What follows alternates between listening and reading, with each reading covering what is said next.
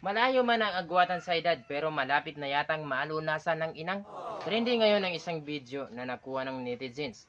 Ang babaeng tigulang ay nakapag-asawa ng binatilyo. So alamin natin ang video na ito at panoorin. Like and share, i-follow nyo lang po ang feeds.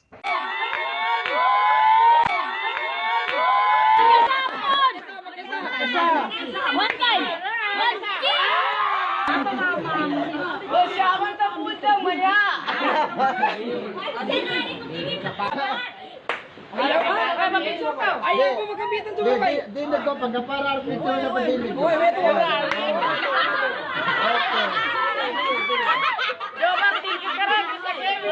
Haha, sana all. Kahanga-hanga talaga ang isang binatilyo na kanyang sinapit. Kasi walang hiya, walang nahihiya, walang atrasabante. Kasi hindi talaga nahihiya.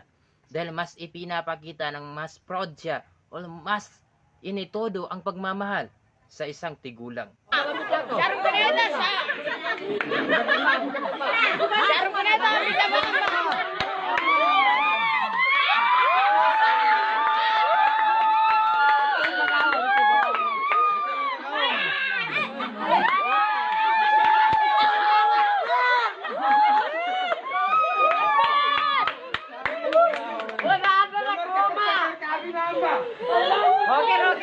Ano? Larga po yung apato.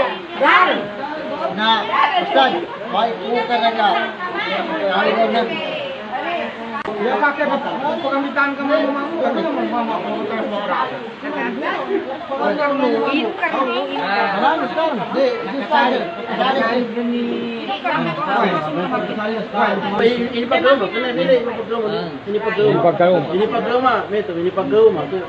Pagkauma namin Serka. Sewa nga nawa to.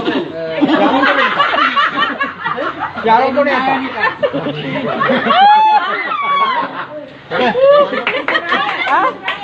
Di Soraya.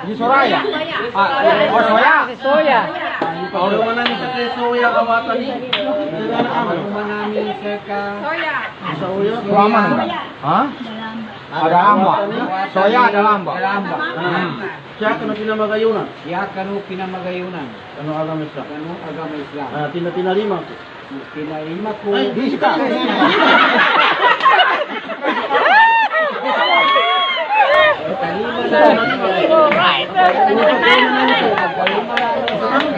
Katalo ka?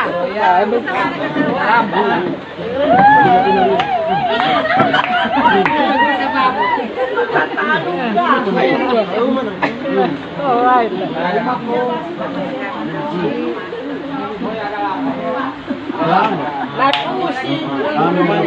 Amin. Alright. Ang pag-ibig ay walang pinipili. Mapabata man o matanda, ay wala itong pinipili. Kasi mahirap pigilin kapag dinamaan ka na ng pag-ibig. Dahil ang pag-ibig ay kahit hindi mo hanapin ay kusang dumarating. Halimbawa, for example, manabon inan lilini, abo na tanangaw, ami ka mapasa na magambaw.